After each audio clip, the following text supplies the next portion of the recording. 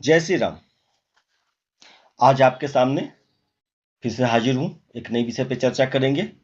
जैसे आजकल हमारा गुरु का सीरीज चल रहा है, तो मैं पंचम भाव तक गुरु का फल बता चुका हूँ। आज चर्चा करेंगे छठे भाव में गुरु का क्या फल होता है।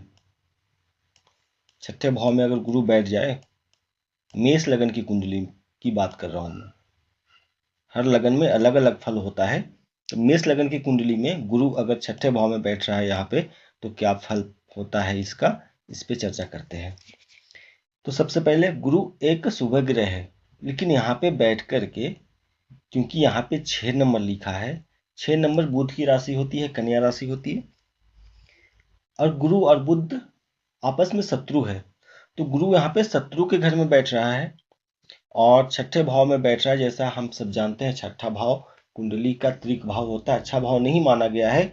ये आपके रोग रिपु ऋण का भाव होता है, यानी आपके शत्रु यहाँ से देखे जाते हैं, आपके बीमारी, आपके रोग यहाँ से देखे जाते हैं, और आपके ऋण कर्जा ब्याज यहाँ से देखे जाते हैं। यहाँ से और भी आपके ननिहाल का विचार यहाँ से होता है, आपके मामा का विचार यहाँ से होता है, और यहाँ से आपके कंपटीशन का भी विचार होता है। तो यहाँ पे गुरु बैठा हुआ है तो कुछ चीज़ों में अच्छा फल देगा और कुछ चीज़ों में खराब फल देता है थोड़ा। जैसे गुरु यहाँ पे बैठ गया नीच राशि में, सॉरी, शत्रु राशि में, तो स्वास्थ्य पे थोड़ा असर पड़ेगा। गुरु आपके पाचन क्रिया को कंट्रोल करता है, तो पाचन क्रिया संबंधित कुछ बीमारियां हो जाएंगी, जातक को लीवर से संबंधित कुछ बीमारियां हो जाएंगी। ठीक है। और गुरु यहाँ पे बैठ के आपके शत्रु पे विजय करवाता है। इतना तो निश्चित है कि आपके शत्रु नहीं होंगे, ठीक है, और आपके ऊपर कर्ज भी नहीं होंगे। आप जल्दी कर्ज नहीं लेंगे, और कर्ज लेते भी हैं तो बहुत आसानी से चुका देंगे। ठीक है। तो गुरु यहाँ पे बैठ के 2 प्रकार का फल देता है। दूसरा, कंपटीशन में आपको सक्सेस दिलवाएगा। यहाँ पे अगर कोई कंपटीशन की तैयारी कर रहे हैं आप, या तो कहीं एडमिशन के लिए या कहीं नौकरी के लिए कंपटीशन की तैयारी कर रहे हैं, तो उसमें भी सफलता दिलवा देता है गुरु यहाँ पे। ठीक है, क्योंकि गुरु भाग्य भाव का स्वामी है और आपके कंपटीशन भाव में बैठा है, तो आपको कंपटीशन में सफलता दिलवा देगा।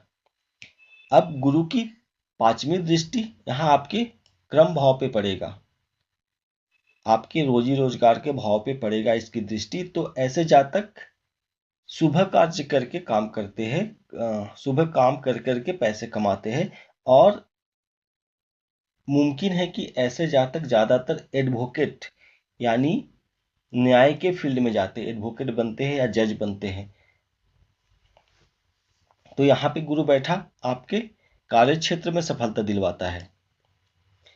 अब गुरु की दृष्टि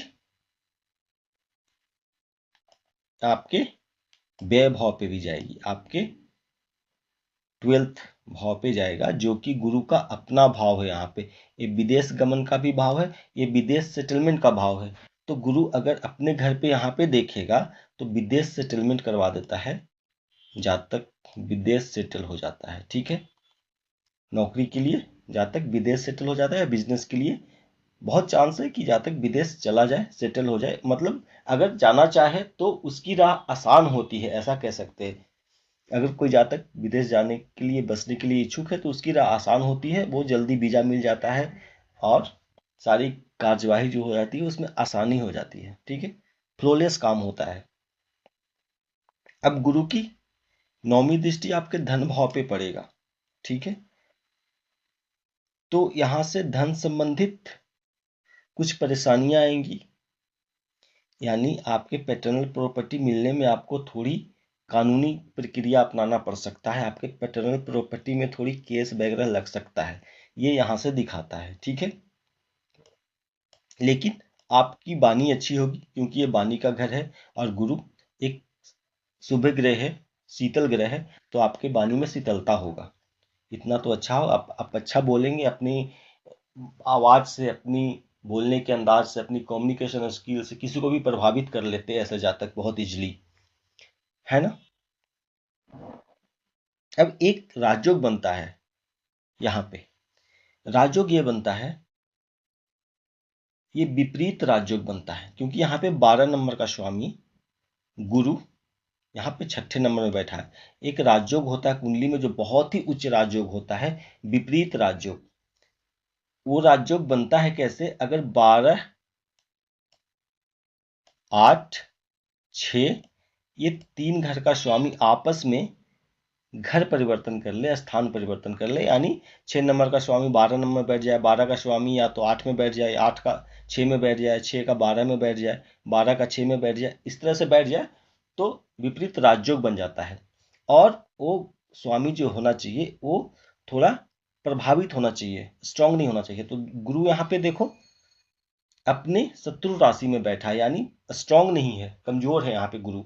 और इस पे अगर यहाँ पे 1 नंबर लिखा है, यानी मेष राशि है और मेष राशि का स्वामी मंगल होता है, तो अगर मंगल की दृष्टि यहाँ पे लगन पे पड़ जाए, यानी लग्नेश की दृष्टि मंगल जो है उसकी दृष्टि यहाँ लगन पे पड़ जाए, तब बहुत ही स्ट्रॉन्ग राजयोग बनता है जो अमिताभ बच्चन की कुंडली में है। और बहुत सारे जो हमारे फेमस और बहुत ऊंचे ऊंचे ओहदे पे है, जो अपने फील्ड में महारत है, ऐसे ऐसे लोगों के कुंडली में ये विपरीत राजयोग पाया जाता है। तो मेष यहाँ मंगल कैसे देखेगा? अगर मंगल यहाँ पे बैठा हो कुंडली में तो चौथी दृष्टि से यहाँ पे देख लेगा, 1 2 3 4। मंगल अगर यहाँ पे बैठा हो तो भी 7वीं दृष्टि से देख लेगा, और मंगल अगर यहाँ पे बैठा हो गुरु के साथ तो भी 8वीं दृष्टि से देख लेगा। तो कहने का मतलब ये है कि मेष लग्न की कुंडली में गुरु यहाँ पे बैठा है और मंगल अगर 10th में बैठा है या 7th में बैठा है या 6th हाउस में बैठा है तो व्यक्ति की कुंडली में बहुत ही अच्छा राजयोग बन रहा है। ठीक है, तो ऐसा जातक बहुत ही ऊंचे ओहदे पे जिस भी फील्ड में जाता है उसके टॉप पे पहुंचता है। लेकिन गुरु का यहाँ बैठना एक महिलाओं के लिए थोड़ा मुश्किल होता है, शादी के लिहाज से मैरिज लाइफ थोड़ी अच्छी नहीं होती है, तलाक होने का भी चांस बन जाता है, क्योंकि गुरु जो है महिलाओं के विवाह का कारक है, उसके पति का कारक गुरु ही होता है। तो गुरु छठे में बैठ के यहाँ पे शत्रु राशि में बैठ करके थोड़ा मुश्किल वैवाहिक जीवन में पैदा करता है। बाकी अच्छा है, मिक्स रिजल्ट देता है। अगर मंगल इन तीनों घरों में से कोई कहीं पे बैठा है तो शानदार कुंडली है आपकी, आप निश्चिंत हो जाओ, बहुत ही अच्छा फल देने वाला है। मेरे चैनल